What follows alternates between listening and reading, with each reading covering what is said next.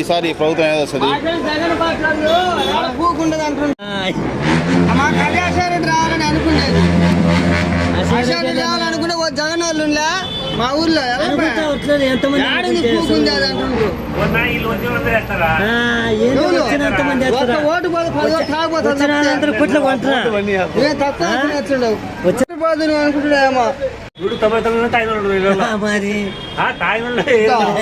మా ఊర్లో వెళ్ళి వైసీపీకి వెళ్ళి ఒక్క మొగోడు పోడు.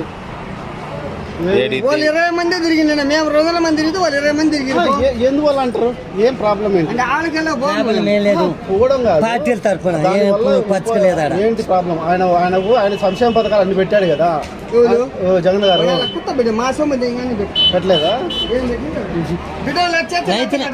రైతుల మీద డబ్బులు వేసాడు.